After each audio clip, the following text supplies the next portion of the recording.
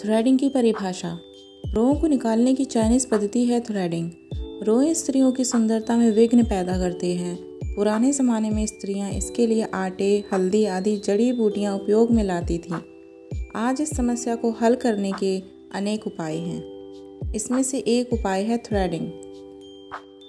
Threading के लिए इन चीज़ों की ज़रूरत पड़ती है। पहला 40 नंबर का धागा, दूसरा टैल्कम पाउडर, तीसरा कॉटन, चौथा एस्ट्रेजेंट, पांचवा कैंची।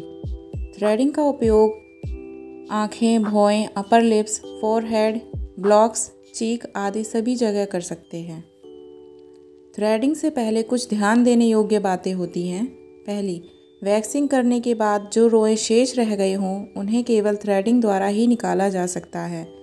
दूसरा, थ्रेडिंग करने के पहले टैल्कम पाउडर लगाना चाहिए।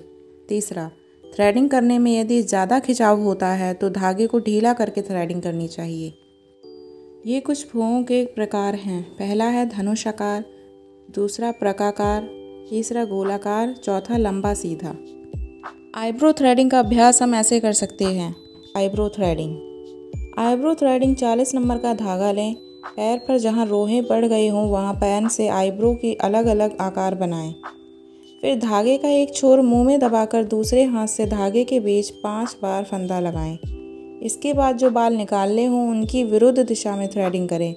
रोज़ाना 1 घंटा थ्रेडिंग का अभ्यास करें जिससे किसी भी तरह की आईब्रो की शेप बनाई जा सके।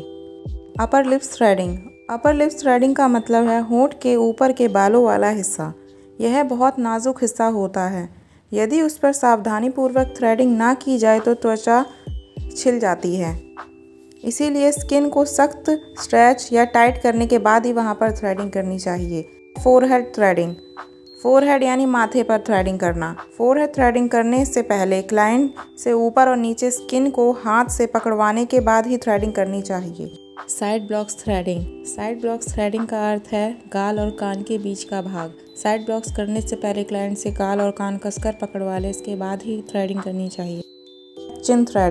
चिन पर थ्रेडिंग करने से पहले जीभ रखकर होंठ को पकड़वाना चाहिए, इसके बाद ही थ्रेडिंग करनी चाहिए। थ्रेडिंग करने के बाद एस्ट्रेजेंट लोशन लगाना चाहिए।